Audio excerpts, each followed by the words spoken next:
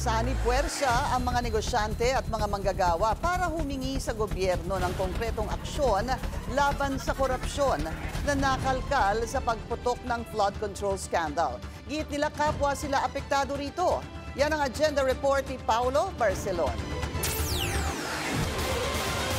Nagkakaisa ngayon ang ilan sa pinakamalalaking grupo ng mga negosyante at manggagawa sa bansa para udyukan si Pangulong Bongbong Marcos na magsagawa ng mas mahigpit na hakbang kontra korupsyon. Sa isang 2 pahinang pahayag na ipinalabas nitong linggo, nagbuklod ang Philippine Chamber of Commerce and Industry, Philippine Exporters Confederation at Employers Confederation of the Philippines, kasama ang Federation of Free Workers, Sentro Nagkaisa Labor Union at Trade Union Congress of the Philippines para himuki ng pamahalaan na mas pabilisin ang pakikipaglaban sa katiwalian, kabilang sa kanilang mga hinihiling regular na dialogo sa pamahalaan, lagyan ng contempt powers ang ICI, isang special division sa Sandigan Bayan para sa mga kaso ng infrastructure corruption, mas mabilis na pagbawi ng ill-gotten wealth at mas malaking partisipasyon ng civil society sa paggawa ng budget ng gobyerno. Ayon kay TUCP spokesperson Carlos Oñate, mga manggagawa ang lugi sa tuwing nasisira ang mga flood control project dahil hirap na ngang pumasok sa trabaho ang ilan,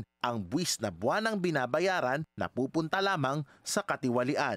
Ang manggagawa, sila ang pinakabiktima dito sa corruption na ito, dito sa mga ghost flood control projects na ito. Kasi kami yung nasasadlak sa baha, no, papasok, pauwi. Yung iba to the point na dahil binahana yung kanilang bahay ay kinakailangan nila, no, hindi makapasok. Yung iba nawawalan pa, no, ng mga kamag-anak dahil sa baha, no, nabubuwis yung buhay.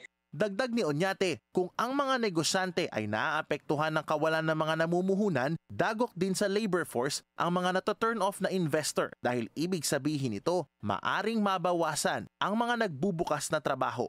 So every time bumabagsak yung ating investment inflow o yung attractiveness for investment, that means to us hundreds of thousands of jobs which should have been given dun sa millions of unemployed. Ayon naman kay PhilExport President Sergio Ortiz Luis, paraan daw ito para udyukan ng gobyerno na kumilos na bago tuluyang magkagulo. We have a common stand. Ayaw namin ang magulo. Ayaw namin kasi magkagulo na yung some people will take it on their hands to do extra constitutional method to be able to get this. Yun ang ayaw iiwasan namin. So binamadali namin ang presidente para maiwasan ito. At gusto namin talaga masolve itong problema at meron mga tinutukoy sila na dapat managot na kung bakit di pa nananagot hanggang ngayon.